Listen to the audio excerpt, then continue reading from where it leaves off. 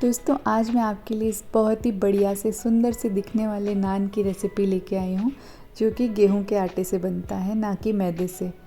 तो जितना ये खूबसूरत दिख रहा है ना खाने में, ये उतना ही टेस्टी बनता है और फटाफट से बन जाता है, बहुत ही इजीली भी बन जाता है।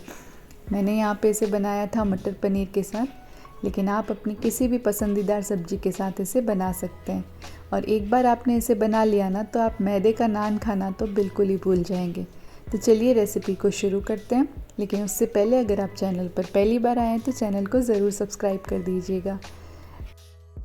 तंदूरी नान बनाने के लिए यहाँ पे मैंने लिया है 2 कटोरी गेहूं का आटा, जिसमें हम डालेंगे स्वाद के अनुसार नमक और 1 छोटा चम्मच शुगर।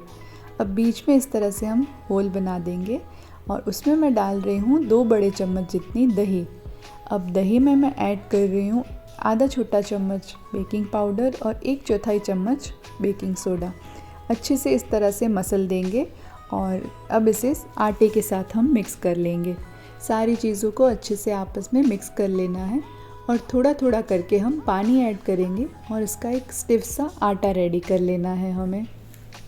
मैदे के नान के मुकाबले इस गेहूं के नान का आटा गूंथना भी काफ़ी इजी है। अब मैंने हल्का सा तेल इस पे लगा लिया है और इसे अच्छे से मसल लेंगे एक और बार, और इस तरह से हमारा स्टिफ सा आटा देखिए रेडी है। अब इसे आधे घंटे के लिए हम ढककर रेस्ट दे देंगे। उसके बाद इस तरह से बड़ा सा लोया ले लेंगे उसमें से, और जैसे हम नॉर्मल रोटी बेलते हैं ना, बस उसी तरह से इसे बेल लेना है। इसकी थिकनेस ना हमें थोड़ी सी मोटी रखनी है, बहुत ज़्यादा पतला ऐसे नहीं बेलना है। आप चाहें तो ओवल शेप में भी इसे बेल सकते हैं।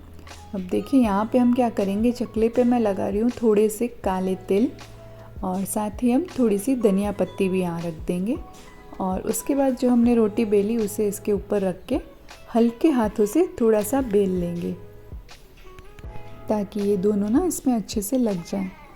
तो एकदम हल्के हाथों से इसे बेलेंगे तो देखिए ये रोटी के दूसरी साइड पे अच्छे से चिपक गए हैं। अब हम क्या करेंगे, इसकी बैक साइड पे हम थोड़ा सा पानी लगा लेंगे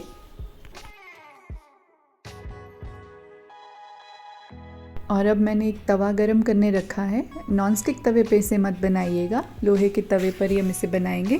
पानी वाला साइड मैंने उस पर रख दिया ताकि ये अच्छे से उस पर स्टिक हो जाए। अब तवे को पलटकर इस तरह से हमें डायरेक्ट फ्लेम पे इसे सेक लेना है। देखिए कितने सारे बबल्स हैं, कितना अच्छे से ये नान हमारी फूली है। तो अब गर्मा गर्म नान पर हम लगा देंगे बटर, या फिर आप घी भी लगा सकते हैं।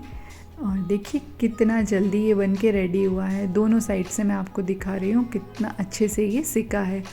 तो अपनी पसंदीदा सब्जी बनाइए और उसके साथ बनाइए ये गेहूं के आटे का नान। तो बताइएगा आपको कैसा लगा वीडियो। अगर पसंद आया तो लाइक, शेयर और सब्सक्राइब ज़रूर से कर दीजिएगा।